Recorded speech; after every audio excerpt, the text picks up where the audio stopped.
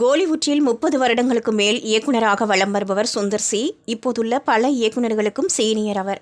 அதே நேரம் இப்போதுள்ள இளம் இயக்குனர்களுக்கு டஃப் கொடுக்கும் வகையில் ஹிட் படங்களை கொடுத்து வருகிறார்.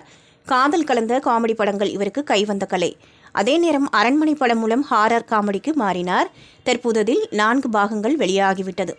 திரைப்படங்களை இயக்குவதோடு மட்டுமின்றி அவ்வப்போது திரைப்படங்களை தயாரித்து வருகிறார் சுந்தர் சி. அப்படி அவர் தயாரித்திருக்கும் ஒரு திரைப்படம்தான் டபுள் ஆக்குபன்சி. இந்த திரைப்படத்தை அஸ்வின் கந்தசாமி என்பவர் இயக்க புதுமுக நடிகர்கள் நடித்திருக்கிறார்கள். இந்த படத்தின் ப்ரோமோ வீடியோ சமீபத்தில் வெளியானது. அதில் ஒரு பெண் ஒரு ஆணை காதலிக்கிறார். ஒரு பக்கம் ஒரு ஆண் ஒரு பெண்ணை காதலிக்கிறார். ஒரு கட்டத்தில் காதலிக்கப்படும் அந்த ஆணும் பெண்ணும் ஒரே நபராக மாறுகிறார்கள்.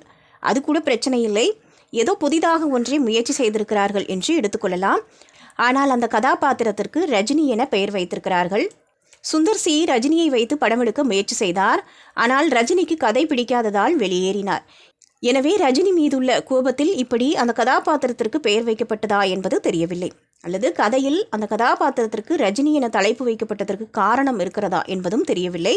எதுவாக இருந்தாலும் படம் வெளியான பின்னரே தெரியவரும்.